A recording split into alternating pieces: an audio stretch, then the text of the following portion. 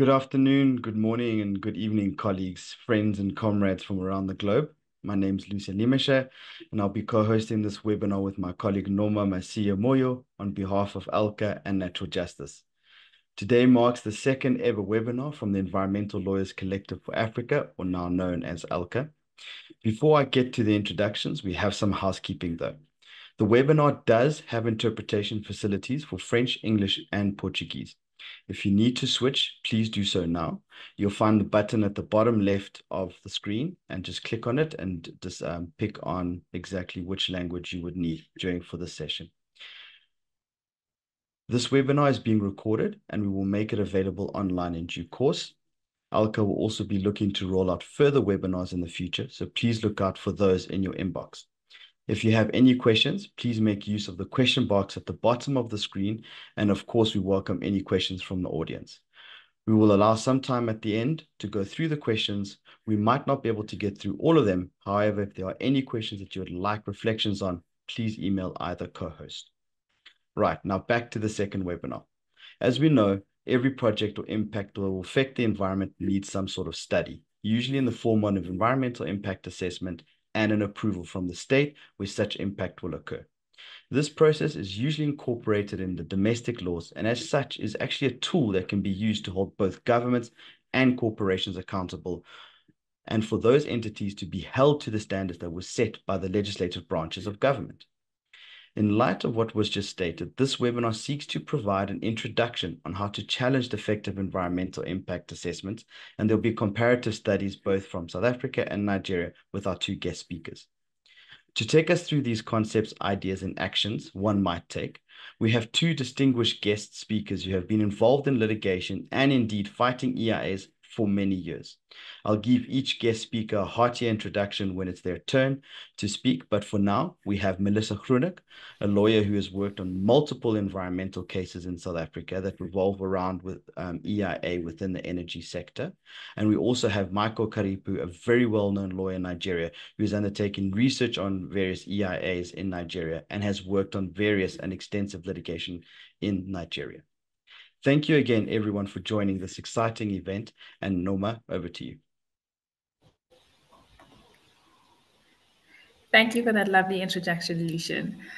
Ladies and gentlemen, and passionate advocates of environmental justice, welcome to our virtual gathering today. ALCA is thrilled to be hosting our first webinar of 2024. But before we delve into today's discussions, let's take a moment to reflect on the incredible journey we've embarked on together during our last webinar. From exploring what strategic litigation means and how it can lead to more impactful and long-standing challenges in our jurisdictions, to fostering connections that transcend borders.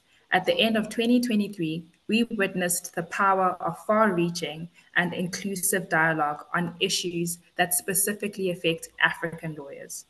Today, we stand on the precipice of another year dedicated to advancing the cause of environmental justice. ALCA's commitment to this crucial mission has only deepened, and we're thrilled to announce that henceforth, as Lucian mentioned, we will be hosting a webinar every month. These sessions will serve as a platform for engaging discussions, sharing innovative solutions, and connecting with like-minded individuals who share our passion for environmental and climate justice on our continent. We encourage you not only to attend these webinars, but to also actively participate. Your questions, insights, and experiences are invaluable to the richness of these conversations. If you have any ideas about what we could cover in our upcoming webinars, feel free to email myself or Lucian after this one. So without further ado, I'd like to pass the virtual microphone back to Lucian, who will introduce our first speaker of the day. Thank you so much, Noma. So our first speaker of the day is Michael Karipko. Michael was called to the Nigerian bar as a barrister and solicitor of the Supreme Court of Nigeria on January 23, 2001. He was part of the legal team that argued Nigeria's locus classicus on climate change litigation in Nigeria, Jono Gambera and Oris versus Shell and Oris in 2005, where the court struck down the powers of the Minister for Petroleum Resources to grant waivers that allowed oil companies such as Shell to continue monstrous and routine burning of associated gas in communities in Nigeria. Michael is also passionate about communities, culture, and indigenous people. He has recently joined Natural Justice, although I think recently is maybe a little bit far-fetched now since he's been here for close to a year. Michael, we welcome you and thank you again for taking the time out of your busy schedule to provide us with your insights on EIAs in Nigeria. Over to you.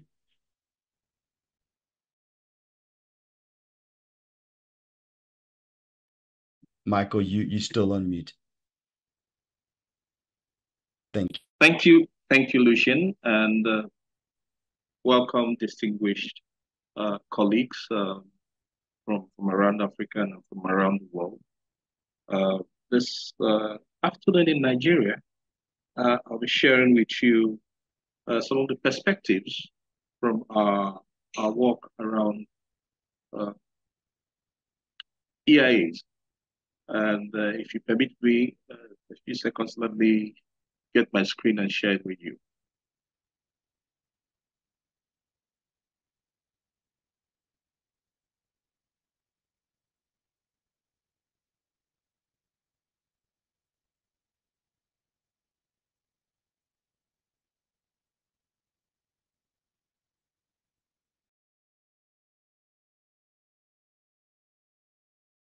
Michael, sorry again. It just seems like your mic went off. There we go. Thank you. Yeah, I'll be back.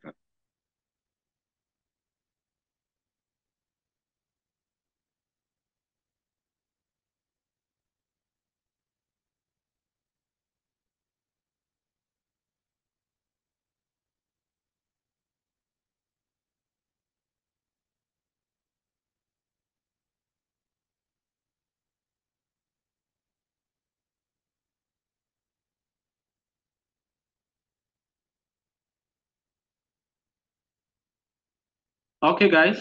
So welcome. And I will make this as fast as possible. I have about 14, 15 slides, and that's the topic I'll be addressing. Um, so I've just given a short introduction, a short definition of what environmental impact assessment actually entails within the context of the Nigerian environmental impact assessment law. And it's uh, identifying, predicting, evaluating, and prescribing a range of environmental and social management processes necessary for any mandatory project. And so you have, in the Nigerian context, projects that are mandatory that you have to have environmental impact assessment on, and projects that are not mandatory. So the law gives you those two clear instances where you can you need to have environmental impact assessment. And so this is the definition we'll be working with. But we'll go down to the next slide. And just to say generally, the first country in the world to enact an EIA, I hope I'm right, was the United States of America in 1970, where they had the National Environmental Policy Act. And Africa, Nigeria and the rest of Africa started paying serious attention to EIA issues in the late 80s. And that was because we had a series of issues that we will get to. In Nigeria, we enacted the first EIA legislation in 1992. But you will look at the Bamako Declaration, Bamako Convention, which was like the precursor to most sub-Saharan African countries putting together their EIA laws. But before we go forward, something to think about, just to set the context, because it's going to be difficult trying to say we've not really had that much success litigation-wise challenging EIAs. And so I thought it would be important that we set some context so that people understand why this may be, why we have this situation in Nigeria, and I'm sure across Africa. And I'm quoting from a piece that was really popular years ago. And this was Larry Summers, the former World Bank chief economist and a former presidential advisor, I think advisor to the Clinton administration. And he said, I think the economic logic behind dumping a load of toxic waste in the lowest wage countries is impeccable. I've always thought that the least populated countries in Africa are vastly underpolluted. So what jumps out at you with this quote is what has been on for decades, even before this quote was publicly made by such high private sector and government sector officials. That two things, and we have to remember these two things as we go forward in our work as environmental lawyers.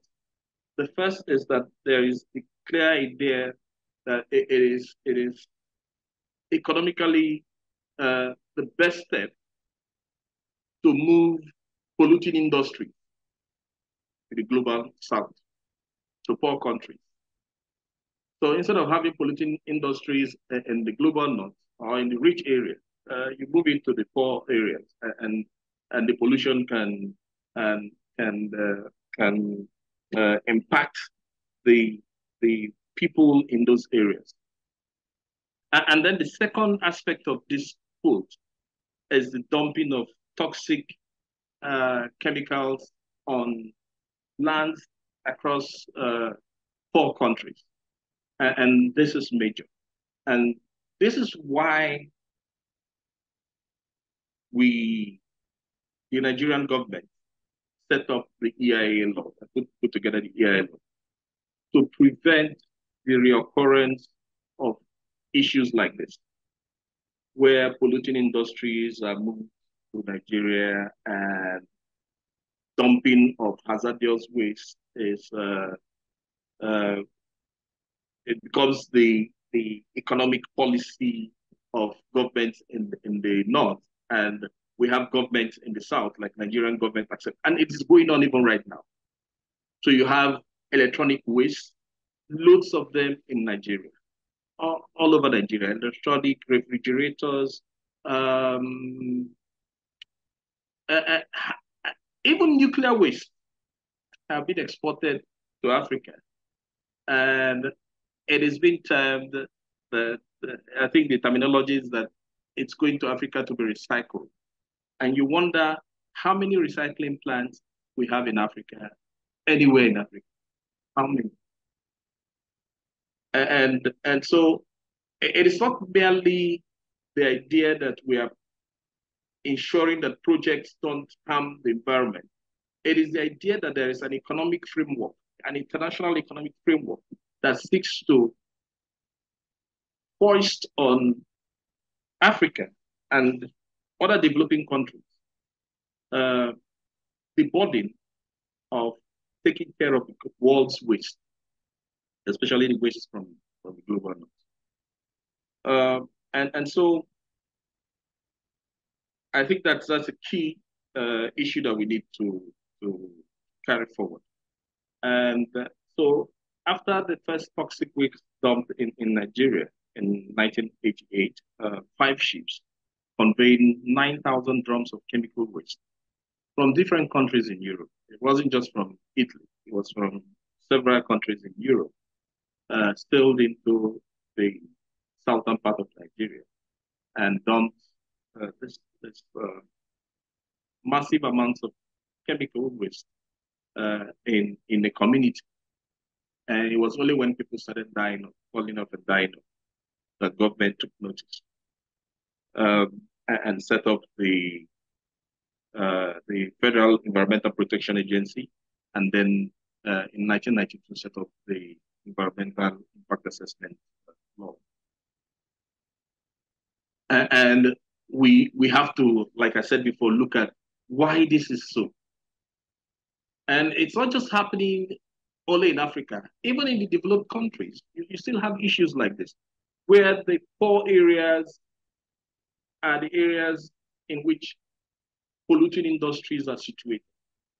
So even in America, even in Europe, you have all of those areas where you have the poor living. That's where you have some of the most polluting industries situated. And we have to look at it from the very prism of poverty, racism, and environmental justice. How do we secure environmental justice for our people, for our communities, whether it's in the global north, whether it's in the global south? How do we secure environmental justice for the poor and for those who are not of the same color with those who generate this amount of toxic waste? And Greenpeace clearly showed from their research that over 167 million tons of toxic waste were dumped in Africa between 1980 and 2000. And you have that I found it very funny, the issue with Benin Republic and France, where France offered Benin Republic 1.6 million US in exchange for shipping waste to Benin Republic, the expired chemicals, pesticides, toxic sludge, shipping them to Benin Republic. And this agreement will last for about 30 years. And so you have a situation where our states are, in some sense, taking on cargoes of debt from, from across the world with clearly no capacity and no experience in managing such waste. And so now we have EIA laws across Africa, at least in Nigeria. And why are these laws failing? Why have we not addressed the issues of having massive polluting factories in our countries in the name of investment and development? And this is very important. We have the campaign to stop gassing Africa, with the major rush by international oil companies to develop oil and gas projects in Africa, because, well, like they said, our pollution levels are still low. Our levels of emission are still low. And so the best thing to do under the circumstance would be to come here and pollute it as much as the global north has been polluted. But the story part about it is that we don't have the resources, we don't have the technology, we don't have the manpower in place to recycle or to address this pollution that will become an existential part of our countries in the next few years if we don't do something about it. And so perhaps our laws were crafted to fail. And I think, looking at the Nigerian EIA law, this is what jumps out at me, that the law was crafted to fail, not to hold any developer accountable. Because if you look at all of the provisions of the law, and I will have gone through those provisions, because of the time we have. But if you look at the provisions of the law, it clearly situates government as the middleman between so-called developers and nature. And because government is intent on showing off development, it's willing to close its eyes to the clear issues of lack of actually doing the work that is required within the EIA process. Even the tiny bits that we have in our EIA law, it is not been done. In fact, in Nigeria, I think EIA processes are merely ticking the box. So you just tick the box, we've done the EIA, and so we have the approval. And so nobody goes to the field to actually talk with the communities. There's no consultation. In fact, the law does not require consultation with communities. So communities don't even have an idea that an EIA process is on the way. They are not, in other jurisdictions, even the screening process, where you want to start out the EIA process. Communities don't have any role to play. The scoping, the actual implementation, communities don't have any role to play. The only role that communities have in Nigeria, or the public has in Nigeria, is after the EIA had been completed and submitted to the government agency in charge of EIA. And that agency, seeking to ensure that nobody complains about the EIA or there's no challenge to the EIA, has set up, or what it has done is to ensure that you only have one venue for viewing the EIA document. So they can just keep a room, and then people are invited from wherever you are, especially in that locality. If the project is going to affect that locality, you come to the local government office. They look for a room within the local government office, put the EIA document there and invite people, communities, experts, whoever wants to look at the EIA document, to come in there and study the EIA document and make comments. It can't work. This is something that cannot work in our present day. It is not even done elsewhere. So the gaps in our law, in our EIA law, enable developers to escape accountability. And the sad part is, after all of these years, communities have not benefited from the so-called development that these projects, the projects that EIAs were not done, for which EIAs were not done. We've not seen the benefit from the north, from the east, from the west, from the south of this country. Communities have not really experienced the benefit of the so-called development projects. I think what we've done is what the government and the companies have done is to externalize the environmental and the human cost of projects. So these are borne by the communities, these are borne by the environment, and the companies merely accentuate their quest for profit with the communities and the environment taking over and carrying the burden of their failure to act properly. And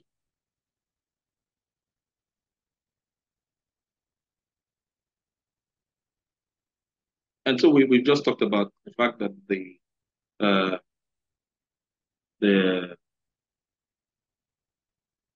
regulator turns a blind eye. And if you go to court, and this is what we found in our courts here, because the regulator turns a blind eye to the fact that EIAs are not properly done. They are not properly done. Often people sit down on their decks and write an EIA report without having moved anywhere close to the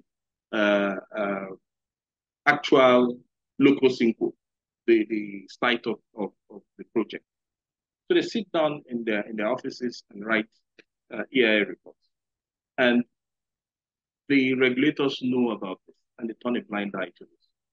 And we have a current case that we're working on, the gas project. It's a massive project, but what they've done is split the project. So they've split it into the AKK, the Ajaokuta Kaduna Kano gas pipeline. And this is what they are working on.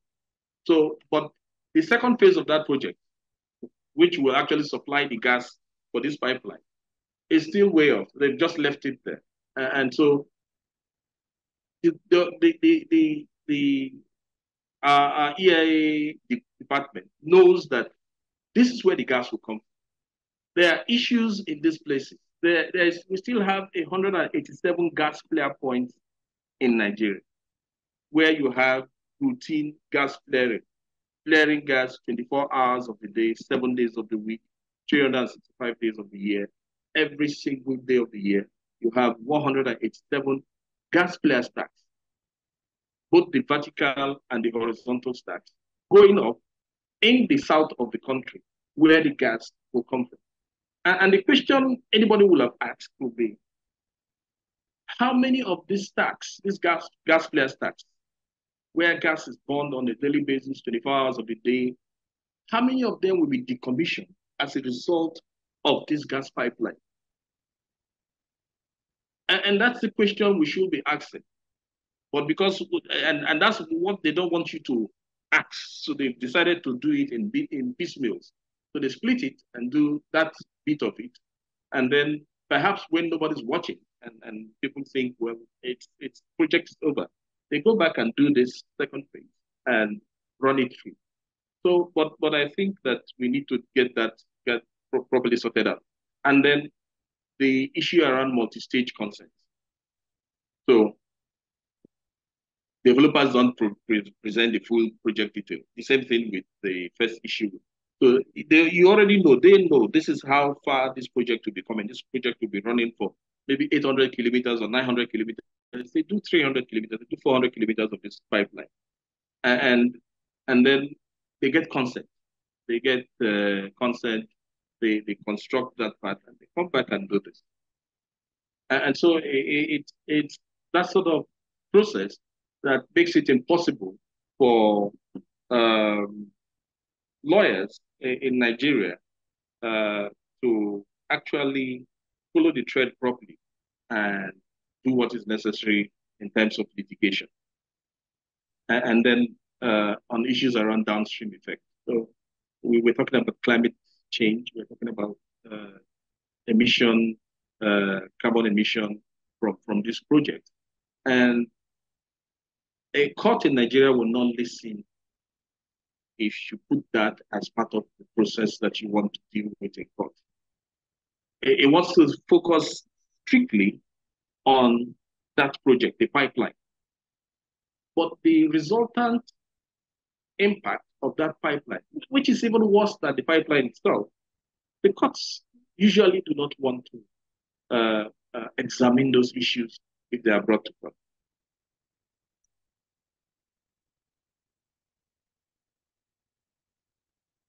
So we've already addressed this. So just so that you see how the process, how the entire setup has been made such that it is almost impossible to go to court and hold both the developers and the government accountable for not implementing or abiding by the principles in the EIA Act. And we've discussed all of this. And very importantly, I think that especially for the level of education we have in many parts of Africa and in Nigeria, and the fact that communities are unable to clearly review technical documents like EIA documents, that our laws ought to have a provision for independent experts that could participate in the process. It's not in there in our Nigerian law. So it's a big issue. And I think, and that's why, for me, I think it's the laws were merely crafted to allow companies to say that, well, we did the proper thing. We followed due process. We did the EIA and all of that. And so, and I just wanted to look at some other jurisdictions. What is the law like in the US, the EIA law? And for me, I think the most striking part of the US EIA law is that it is the project developer that has the burden of ensuring that anyone who is reasonably expected, and I like that in the way that law was crafted, who is reasonably expected to be interested in the project. So all of the adverts, the screening, the scoping, all of those documents, all of those processes are legally required to be sent to those who are reasonably expected to be interested in this project. So you don't have the kind of situation where you have in Nigeria where you have a single spot where everybody is supposed to congregate and then review an EIA document that is maybe 400 pages long or 300 pages long with all of the technical details, and people don't have the space and the time to do this properly. And even when you go there with an expert, you're given a timeline. Like there are other people waiting, so you have 1 hour, 2 hours, and then you have to move out so that other people can come in and review the document. So here you have a process that ensures that the developer and the agency in charge of EIA takes the extra step of ensuring that all of these documents are sent to those who are reasonably expected to be interested in it. And the public is afforded a 25-day period to make comments. So when you get access to the document, you still have 25 days in which to study the document and then make comments. And if there's going to be a public hearing, you also have about between 15 and 21 days, about 15 days for you to prepare for that public hearing. If there's a hearing after you've studied the document and you want some issues to be resolved. In China, it's almost like the Nigerian situation. The Chinese EIA law severely restricts the projects that can have public participation. But for the projects that public participation is required, it's also very good. The developer also carries the burden, bears the burden of disclosing the screening. 4 minutes to go. Okay. So, and when the EIA draft is ready, even before submitting it to the agency, the developer takes the extra step of organizing workshops, expert consultation, public hearings, and questionnaires on that report before submitting it to the permitting authority. So what are our takeaways here? The US and the Chinese regulations insist on public participation. And this is the only way you can ensure accountability, if you have proper substantive public participation in the EIA process. And in the US, even after permits have been granted, the public is still allowed to participate in the process. In fact, if you look at the Keystone pipeline case, this is what happened. Permits were granted, and then because of the campaigns and the public interest in that particular pipeline, the government and the permitting authority turned around and withdrew the permit. So it's very important, and so we've discussed this, and then the fact that the burden of ensuring that public participation is clear and is dominant is on the developer, not on the government, and not on the communities or the public to go back there by themselves and look at this. So it will require and it will require a whole new revamp of our EIA legislation. We want it to work, and want it to work properly for our communities and for nature. So in most developed countries, because the developer understands the risk of taking shortcuts. Cases have not really, most EIA cases have not really been successful. But the reverse is the case in Nigeria, and I'm sure in most parts of Africa. It is the fact that government has decided to play interference in the process, and the courts have also been unwilling to expand the interpretation of the EIA. So what do we do? As a continent, I think we need to address the issue of poverty, racism, and environmental equity. And then we also need to amend our EIA law and make provisions for independent experts to be part of our EIA process. And expunge provisions for public display of it's completely anachronistic. And then natural justice. And this is from the fact that right now the Nigerian Supreme Court has created the pathway for groups like natural justice and communities to file cases and has done away with the local standard issue. And so natural justice will be in the next few weeks filing its first case in Nigeria on the EIA process against the Federal Ministry of Environment, the Nigerian National Petroleum Corporation, and the contractors building the Ajaokuta Kaduna Kano gas pipeline in Nigeria to challenge the EIA process and to expand access for communities across Nigeria to EIA documents as we go forward. It will be in small bits, but this is our first, our opening gambit with the EIA process in Nigeria. Thank you very much.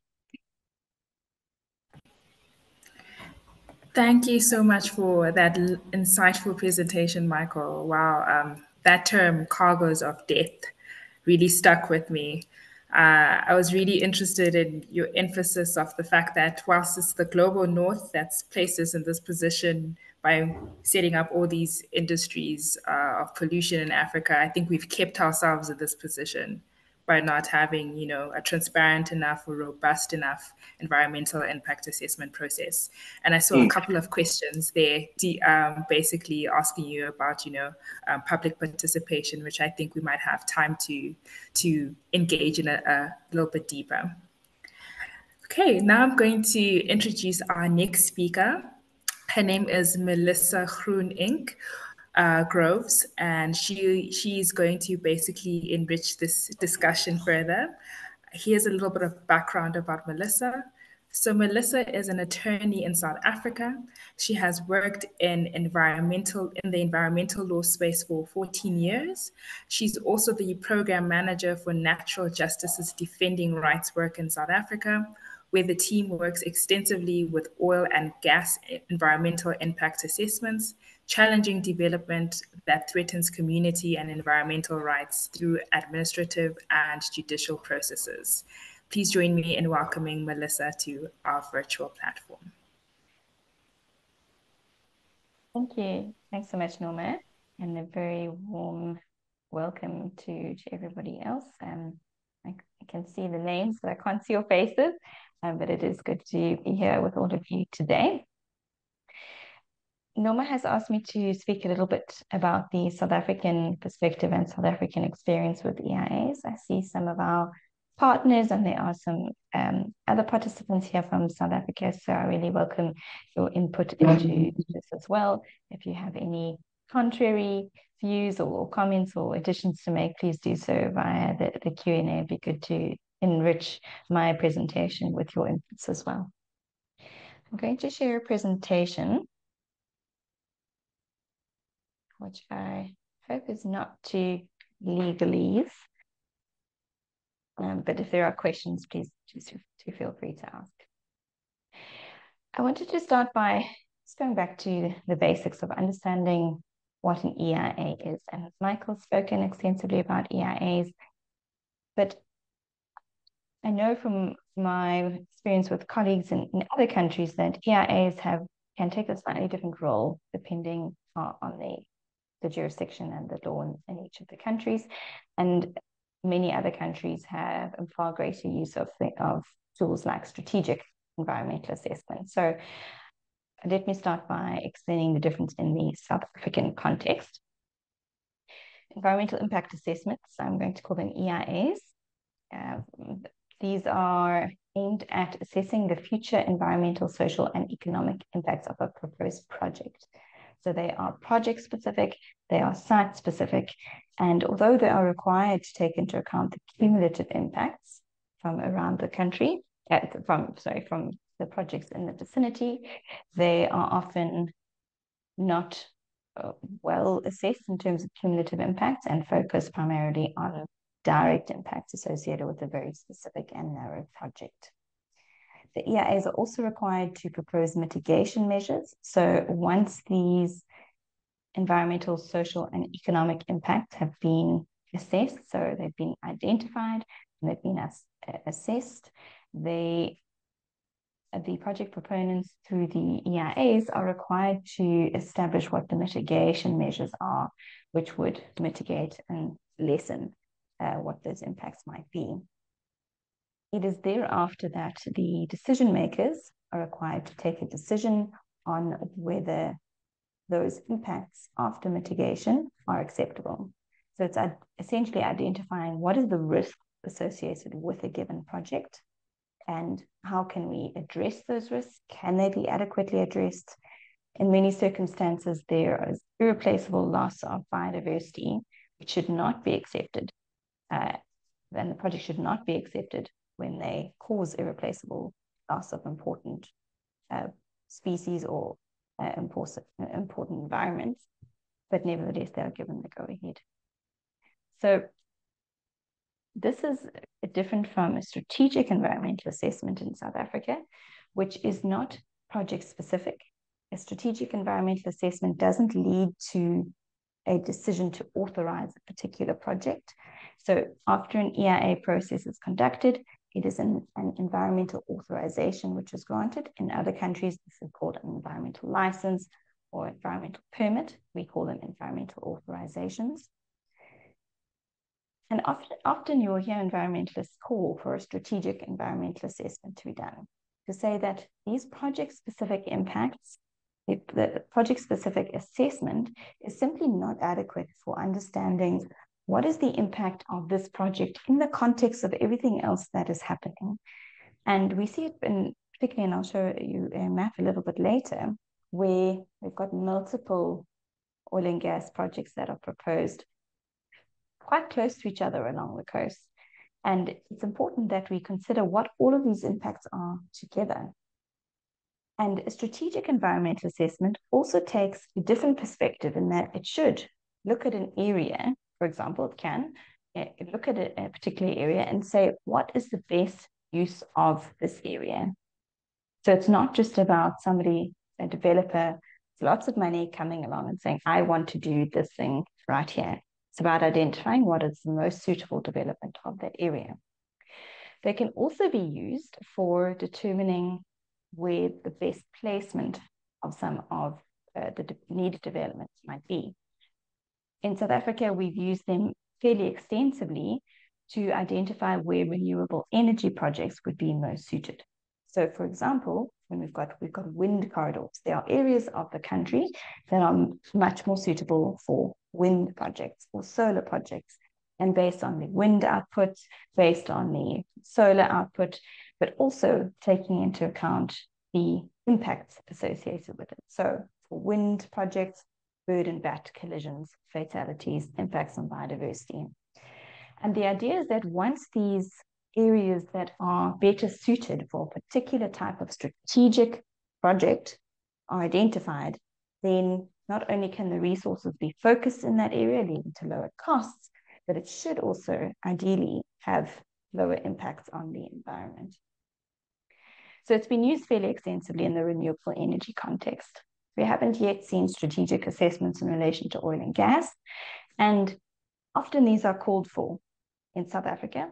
Personally, I prefer not to call for strategic assessments for projects that are simply unacceptable. So if we say we don't want oil and gas projects at all, then it's something like a strategic environmental assessment serves no purpose, because we say they just shouldn't happen. It's not about saying where they should best happen.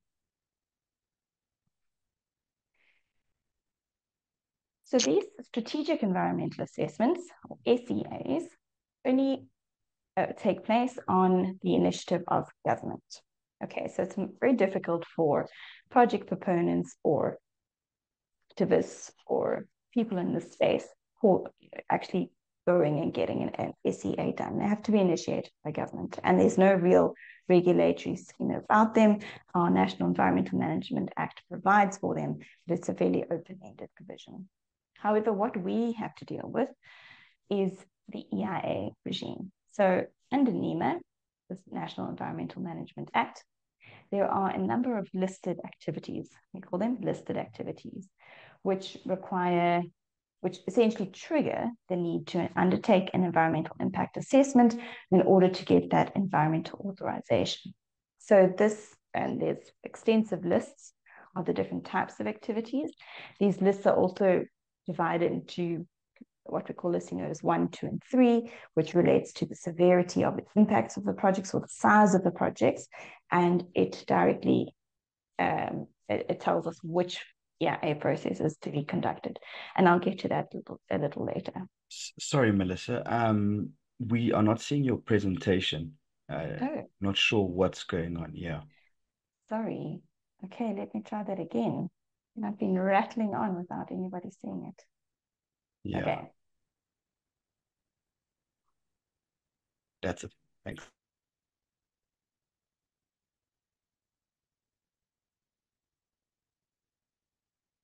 Okay, Lucian, can you see the slide only? Yes, we can, Melissa. Okay. All right. So this is what you didn't miss too much. As you can see, it was all a bit boring. I'm explaining the difference between an EIA and an SCA. So I was at this point in the presentation showing, just setting out when an EIA is to be conducted. Now, I've mentioned that there are the different types of activities which require different types of processes. So in South Africa, we have 2 EIA processes. One is called a basic assessment, and the other is called a scoping and environmental impact reporting. Now, you've got lots of abbreviations, lots of acronyms, as it happens in the environmental space, and it can be a bit confusing. But it's okay, we're not going to go into too many details today, but just so that you know that these 2 types of processes do exist. So basic assessment is conducted for what we can see as less harmful activities. So they either have a smaller scope or they are of a smaller size, so have less of an impact. But importantly is the difference in the process itself. So in a basic assessment process, there is only one phase, and as a result, only one public participation period. So this means you have one opportunity to participate in that process. The scoping and environmental impact reporting process is a longer process. It starts off with a scoping exercise and then moves on to the actual assessment of the impacts. So there is an opportunity at both phases to participate, and this can be quite important strategically. Once these decisions have been made, there is also an opportunity to appeal. And you aren't limited by having participated or not in the process, but it is incredibly important that we encourage the communities and our colleagues and allies in the space to participate in these processes. I'm not going to go into the details, but you can just see here the differentiation between types of processes. So this is my shorter basic assessment process, and this is a longer scoping and environmental impact reporting. So what are the types of impacts that we look at? And this is important because when we're commenting on an EIA, we have to understand, firstly, what is actually being proposed. And this can be quite technical and often difficult to understand. So when we're talking about things like oil and gas exploration, and then we're differentiating between seismic surveying, and then even with seismic surveying, exploration, drilling, and then production later on. And yet when we come to seismic surveys, we're further distinguishing between 2D seismic drilling, 3D seismic drilling. So now it's confusing. It's so confusing. And it takes us working, and we're working in this space as our job. And to try and understand the intricacies of these projects is extremely difficult for us. So, people that are required to comment on these processes that will impact for developments that will impact their daily lives, it's incredibly difficult. So I'd just like to note that at this point. However, there are these different types of impacts. So environmental impacts, social impacts, economic impacts. And it's only really once you've fully got to grips with what is being proposed that we can actually grapple with what are going to be the impacts of that activity.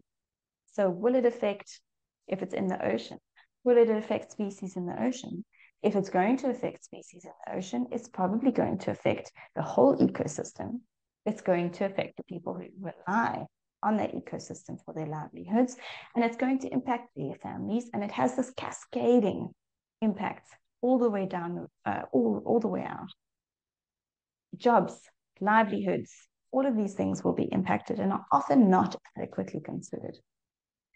And when it comes to social impacts, here again, it's not always well understood by the people who are conducting the assessments what these social impacts might be. And they have experts, and they can go and conduct, and they do go and conduct meetings and public participation.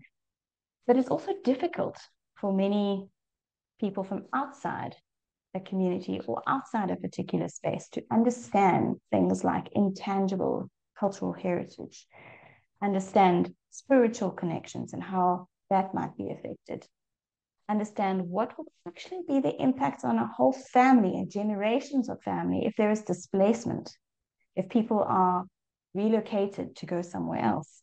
How will that affect social cohesion within the community?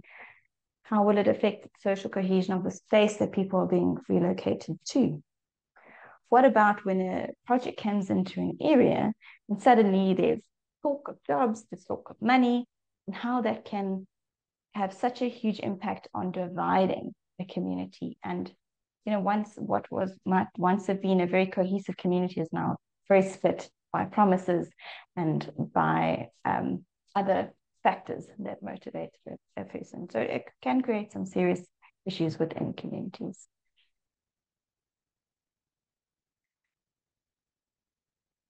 I wanted to touch on public participation. And I know Michael has spoken about it, and there's been some comments and questions. But our law does tell us that public participation must be meaningful and it must be effective. And that means that account must be taken of language. And in South Africa, we have 11 official languages. 12, we have 12 official languages. You've got to consider the different cultures. What are the literacy rates?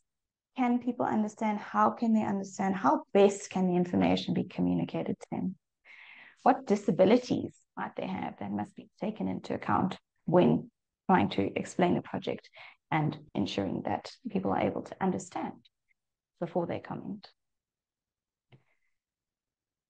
We have a court case, Shell, which some of you might have heard of, that confirms what we've always known, that consultation with traditional leaders is not consultation with communities. Now, previously, the way that public participation was done is that particularly in rural areas, was that these project proponents would go into an area, speak to the monarchs or speak to the headman or speak to whoever is in authority, and that would be considered sufficient consultation. Whether that information is actually then shared throughout a community or shared throughout a family is not checked. And this was allowed to go on and on for many, many years. And we are, so grateful to the court for coming to the assistance of the communities in the Shell case and for setting a precedent about what consultation is. Of course, what we've had since then is not perfect by any stretch of the imagination. In fact, sorry, Melissa, 5 minutes to go. No problem. Thanks, Norma. In fact, what we're seeing now is that, sometimes even less understanding of cultures and less understanding of spirituality and the way that communities live and thrive within these contexts. So we have this standard of participation that must be meaningful and effective, but what means depends on the circumstances of each case, and often that is what is in dispute. I'll turn now just to some of the challenges that we are facing throughout these EIA processes and later on when we get to challenge them, either through administrative appeals or in court. Okay, so firstly, there is a lot of legislation in South Africa. There is a lot of law, and even the environmental consultants often don't identify all of the law that applies and don't understand all of the law that applies. But nevertheless, it exists, and it's important that any project proponents understand all of those laws that apply. As a consequence, there are also a number of permits and licenses that might be required for one particular development. And I've given some examples there, but these come from different authorities. So you can imagine this complex web of different laws that apply, different permits that might be needed, and trying to navigate this process. Now, they aren't integrated processes, and that can mean that it's not only confusing for the people who are conducting and applying for these authorizations and permissions, but for the people who are required to respond, it's even more difficult because, but we've just been through a public participation process. What are we commenting on now? Get terribly confusing. Application processes are not well aligned, as I've just said. They, one will run here, one will run there, then suddenly you're getting notifications of all sorts of things, and it's terribly confusing. Another issue we face is that EIAs do not objectively represent impacts. Now, one we're looking at the moment for offshore oil and gas of the west coast of South Africa, they represent the positive economic impacts associated with an oil spill as a positive impact to the project. So they say that the finance that, or the economic benefits that will come for the cleanup of this oil spill will be beneficial to the project. I mean, that's the kind of thing that is being represented in these EIAs, and it's hugely problematic. They also tend to be quite one-sided, and often we'll find that specialists are identifying very specific impacts they might have raised, that the impacts of a specific impact is extremely high, extremely significant, and it's downplayed then when it's brought into the overall report, and that's a huge concern. The environmental assessment practitioners are paid by the developers to run this process, and they are not always independent and objective. Although they are required to, it's very difficult to find a space where you are paid by someone and are completely objective. Of course, if you get a reputation for being too objective and for recommending that projects are not granted authorization, what do you think is going to happen to those practitioners and their businesses? So that's a problem. And I know some countries have different ways of appointing environmental assessment practitioners, and maybe we need to look at addressing that problem. Then finally, just under process challenges, in South Africa, after many political gains, should I say, it was finally agreed that it is the Department of Mineral Resources and Energy that would be the ones deciding on whether they should grant environmental authorization. So we have a department that is charged, is mandated to essentially exploit the resources, are also now charged with protecting the environment.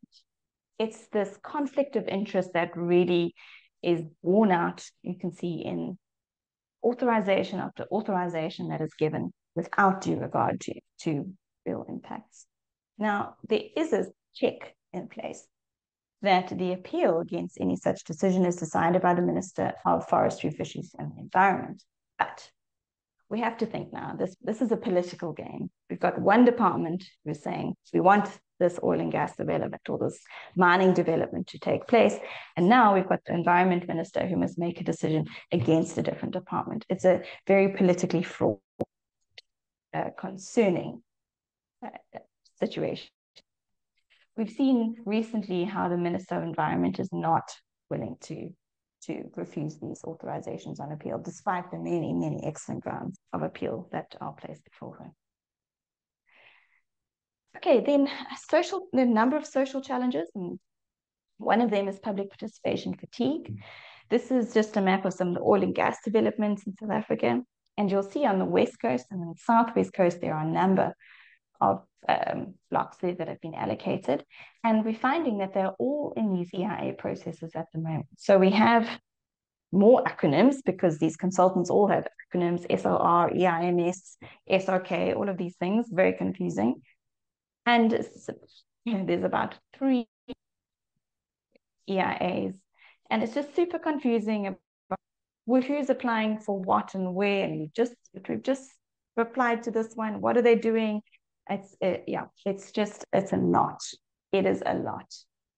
We spent so much time last year responding to these, and for fishers who rely on the ocean for their livelihoods, they're out at ocean, they're at the sea, earning their livelihoods, catching fish, trying to provide for their families.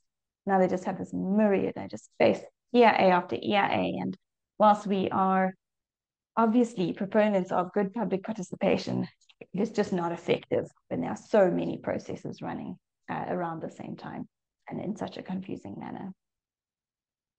There's also this failure to understand traditional communities, culture, and religion. So one of the issues, so we see now this post-shell consultation trying to understand intangible heritage and spiritual connections with the oceans. And then there will be mitigation measures proposed, like it can go ahead if there's some ritual that's conducted near the ocean, and that should be fine. And obviously that is not fine, and that's never going to be fine. But these are the kinds of things that are being proposed in response. I've already spoken about the technical nature of the project, that it's very difficult to understand. Okay, and then also finally public participation, tick boxing. So because we have this greater standard of meaningful and effective public participation, but in the laws, there's a very specific publish a notice here, send a notice to this person. There's just this sort of tick boxing to say that we've done it. There was nothing more that we could do. And then finally, some of the legal challenges. We've been in court for a few environmental authorization challenges so far. And we find that whilst we've got some excellent judges and excellent judgments, such as in the Shell case, we have also some judges that just do not grasp environmental law. And we've spoken about how many laws that we have for environmental law in the environmental law space. And these judges that will come from, doing divorces and doing commercial work, and they just don't understand environmental law well enough to apply it in the court. So we've seen some really bad, really regressive judgments that have set us back. We are fortunate that we have a legal system here where we can challenge it further, and ultimately we'll get, to get to the Constitutional Court to address some of these issues. But it takes time, it takes resources, it takes money. And in the meantime, there's just ongoing processes. Oh, and then my last point on the slide is around the Minister of Forestry, Fisheries and Environment disagreeing with the court precedent. So in the Shell matter, the judges said that at the stage of exploration, climate change, for example, is a relevant factor that should be taken into consideration. But because that is now on appeal to a high court, the Supreme Court of Appeal, the minister in her appeal decisions in relation to other cases is saying, I disagree with what the judges said there. Because it's not yet confirmed by the Supreme Court of Appeal, I'm not going to apply it. So we've got this good court precedent, but a minister who refuses to apply it until it's confirmed by a higher court. So we continue in those struggles, continue in that fight. And then the last point I wanted to say was just to say that these EIA commenting and these dealing with EIAs and responding to EIAs doesn't happen in a vacuum. Shouldn't happen in a vacuum. It's got to be part of this broader campaign where we're bringing communities together, we're bringing people together, we're bringing like-minded organizations together for a collective effort, a concerted effort to raise the voices of those most impacted by the projects and to be part of these broader campaigns. They shouldn't exist in isolation, because then it is this project. So we're saying, look at what you are doing to our ocean, look at what you're doing to our land. All of these are part of this cumulative impact that is going to destroy these spaces and have a much larger impact that are being depicted in these project-specific EIAs. So it's important that we do work together. We work with communities, we work with our friends, we work with our partners and other organizations. And, even when it comes to experts, to have those experts part of these processes, to understand what's going on, so that when you need help in the EIAs, need help in court, it's not experts that are suddenly coming into a new space trying to understand it and to support the process. So I will leave it there. Thank you very much, Norma and Lucien, for this opportunity. And if there are questions, I'm very happy to answer them.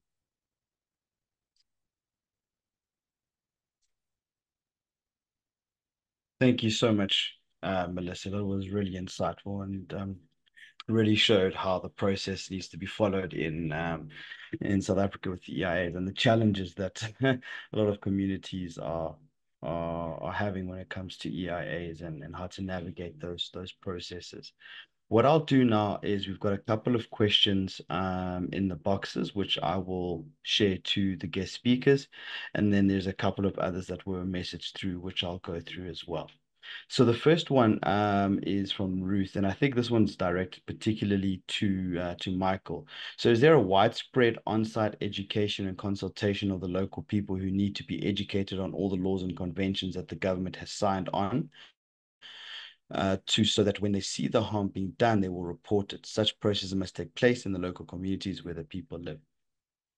Then the next two questions, I'll just open up for both of you, and then I'll do another round afterwards. So the first one is, who pays the EIA practitioner? Is it the developer or the project implementer?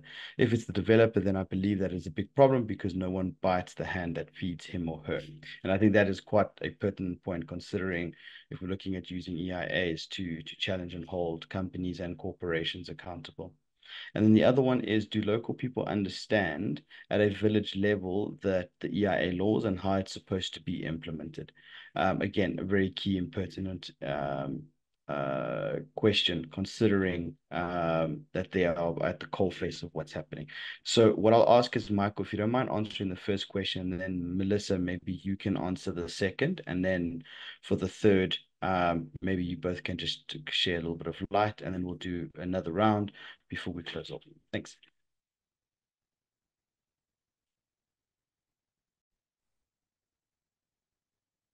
Okay, thank you, Lucien. Unfortunately, we don't have that space that has been created for communication, especially communicating the EIA process to community. Often it is the kind of communication that we have is the nice part. This project will bring jobs, it will bring development, it will give you some money, and there will be compensation to be paid for the lands that will acquire from you. Nobody talks about the impact that could occur. Nobody talks about the uh, downstream impact that such projects could result in, like increasing uh, carbon emission, and then uh, having that cyclic impact of even affecting them more because of the climate change impact that they're already undergoing. So it's not there. Um, and civil society groups have not really focused on doing this, on uh, educating community about the EIA process. But I think that the first thing that needs to be done with the EIA process in Nigeria, especially, is to have it amended so that it is more participatory, it gets more people interested. And I think why people are not really interested, it's because they don't see any end to it. They don't see any payout, any resultant significant positive impact from participating in the process. I'm sure ordinarily people will want to participate, but if they know, despite their participation, that the government and the developers will still do what they want to do, or they'll still cut corners, I'm sure people will get disenchanted and might not want to participate in the process. But once we get that clearly sorted out, and the idea, the issue of amending the EIA Act, and I hope that in other African countries we have EIA acts that are substantive, that allows for public participation and allows for legal challenge, proper legal challenge. Once we get that sorted out, I'm sure that we can get the communities behind it. Most communities are already very active in the environmental space in Nigeria, especially in the south of Nigeria. It's just that this specific issue has not been clearly articulated properly to enable them deal with issues as they come.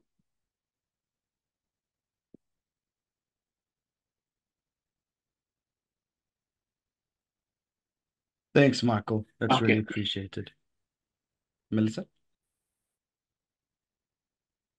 Thanks, Lucien. And the question I'm responding to is the one about who pays the EIA practitioner.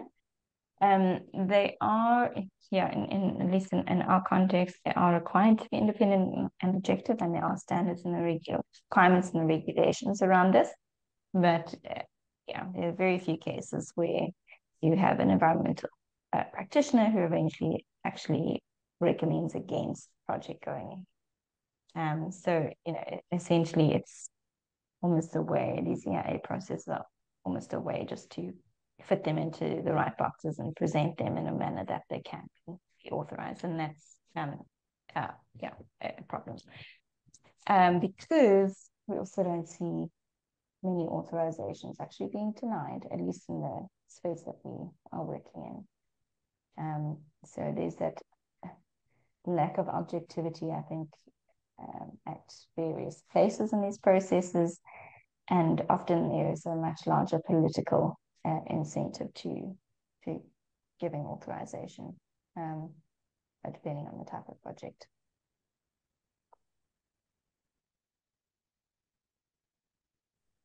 Thanks, Melissa. So with the last question, I don't know if either of the panelists would like to take a shot at it. It was essentially around local communities and their capacity to understand EIA law and how it's meant to be implemented. I think that given some of the work that we've done before this time, we tried to get local communities to do some outreach programs around the EIA Act and what it entails and what the different types of projects that require EIA aids. But actually, what we focused on more was civil society groups working around it. How do we build the capacity of those groups to be able to transmit this knowledge to local communities that they work with?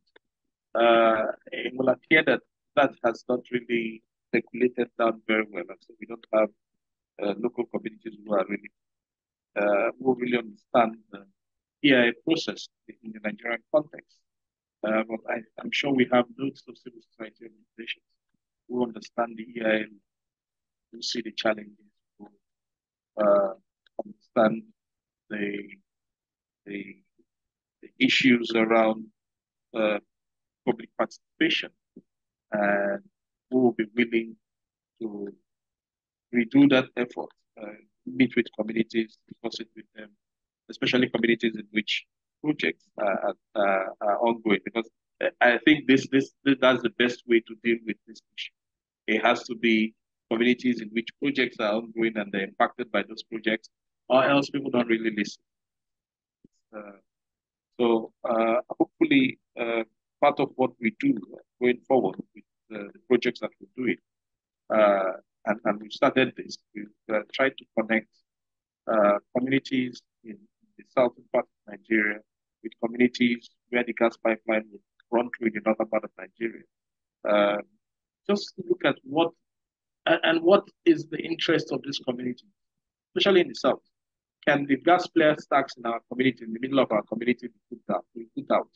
So how do you deal with this? How do you ensure that they understand the EIA process so that it can help them campaign or advocate for the gas flare stacks in their communities to be decommissioned if the government is desirous about doing this project? So that's our thinking around how we want to work around this and work with communities around this, around the EIA process for now. And hopefully that clearly gives us some level of opportunity to reach out to as many communities as possible. And there are lots of communities. There are 187 gas flare points. So you have about 187 communities across Nigeria that have gas flaring.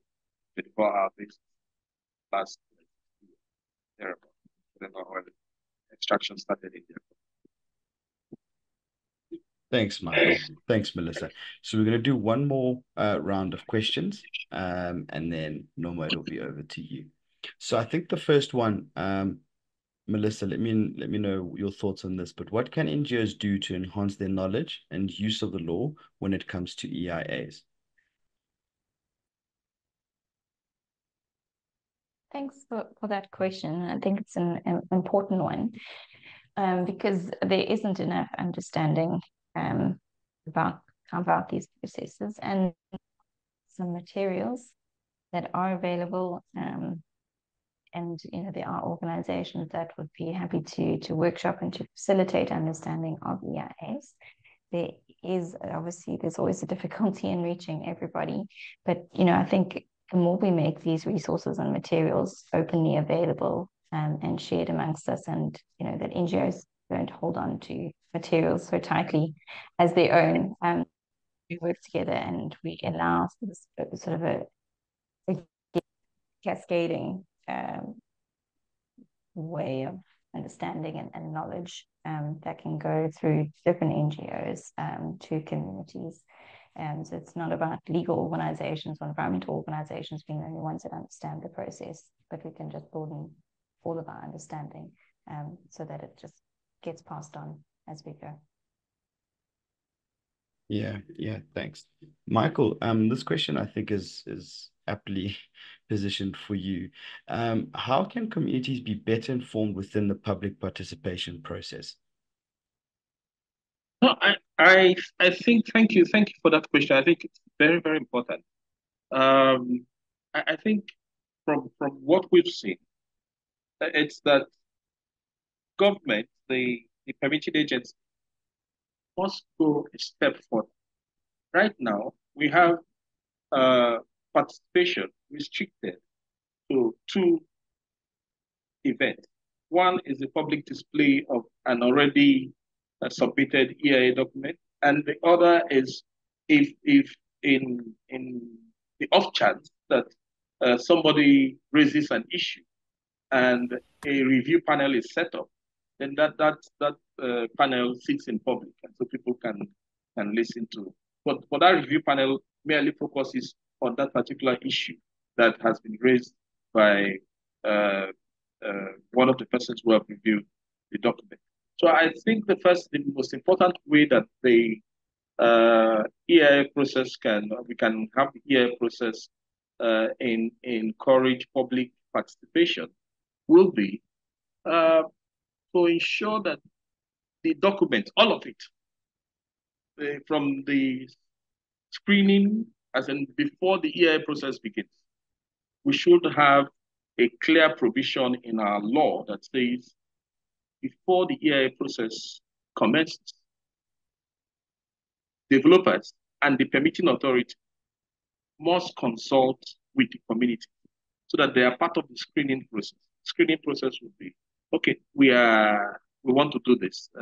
This is the project we want to do. Do you want the project? So that the free, prior, informed consent process can take place. And then the scoping process, the communities are also part of that process. So 2 key issues. How do we get our laws to assist for our courts? And this is what we want to try out in court in the next few weeks, to grant communities the capacity to participate in the process from the word go. As soon as they think about the project, we want to do this project, then communities that will be impacted ought to be consulted and their consent sought. And then when the process of scoping, as in the process of actually carrying out the EIA process, communities also ought to be involved in it. We have a small issue. We have a big issue right now with the gas pipeline in Nigeria. And what is the issue? A stream that serves the community. It's the only stream, the only source of water they have in the community. A gas pipeline will be running through that stream. I've seen pictures of the gas pipeline inside the stream. And so how do you expect the communities to get water, clean water? And this is where they get their drinking water. And so it was because communities were not part of the EIA process. They were not consulted. That's why a developer will run a pipeline through the stream of the community, given the spiritual significance, given the fact that that is the sole source of water, drinking water for communities and water for washing in that community. And you run a gas pipeline, a huge 4x4, 40-inch gas pipeline through that stream. And with we're not even asking for alternatives. We're just saying that pipeline has to be removed from the stream and redirected or rerouted to some other place so that it doesn't impact that particular stream. So I think we need law reform and we need people's advocacy. And these are the two things that we're doing to ensure that we enhance community participation, public participation in the EIA process. Thanks, Michael. Thanks, really appreciate it. I think maybe just to wrap up, there was one last question, which I think, Melissa, if you don't mind taking, which I think is linked to South Africa and the plethora of EIAs that are coming through. What role can cumulative impact assessments play in simplifying and assisting communities within those approval processes? Thanks, Lucien. So I'm just looking at the question. Is that cumulative impact assessments? Yes. Yeah. Yeah. I think assessing cumulative impacts must be something that's conducted in a worst case scenario assessment space, because I don't see any other way to do so. I mean, we have to consider that what's being proposed, that's what's in the pipeline, so to speak, as well as what might come in the future. And there's obviously a lot of uncertainty about what can be authorized, and the consultants often respond in that way when you raise it in the EIAs. They say, oh yes, but we don't, they're not all going to be approved and so forth. But if we were to take a precautionary approach, as we are required to, we would be looking at those from a worst case scenario. And it would also enable communities and anybody that might be impacted by the project to actually see this project in the grander scheme of it all. So to have a look at a map that just shows one little project over here really isn't very helpful. But to be able to take that step back and say, oh, but look, this is happening here, this is happening here. There might even be similar kinds of projects, but if they're going to impact on your resource, if they're going to, things like air quality or water, water sources, the ocean, all of these things they're not static. The impacts are not static. They all impact each other. And it's important that communities understand how they all play together, how, even if we've got different kind of emissions happening, what happens when those emissions come together? What are the impacts of in that scenario? So I think it's incredibly important, and it's not done well enough in the project specifically EIAs we see. Thanks so much, Melissa. And yeah, thanks to the both of you for taking the time out. As I said, if there are any questions we were not able to get through today to any of the audience, please email either Norma or myself, and we'll share that with the guest speakers, and then try and provide the necessary responses. From my side, thanks again, and Norma, over to you. Thanks, Lucien. Ladies and gentlemen, as we draw to a close to this impactful webinar, ALCA would really like to extend its heartfelt gratitude to its speakers, Michael Karipko, as well as Melissa Groenink-Groves, for taking time away from their busy schedules to share not only their thoughts, but most importantly, their experience with us. To the dedicated team behind the scenes, led to and your team at Structivate, as well as our professional interpreters, Moses, Eric, Peter, and Cyril. Thank you so much for joining us on this webinar. We really would not be able to reach these important lawyers around the continent without you. And to our members and participants, this work is done with you in mind, and your questions have ignited a flame for environmental justice that will continue to burn brightly. So let's keep this momentum forward. Let's continue engaging and stay committed and positive to our commitment to environmental justice. So until next time, stay inspired and stay engaged. Goodbye. Bye.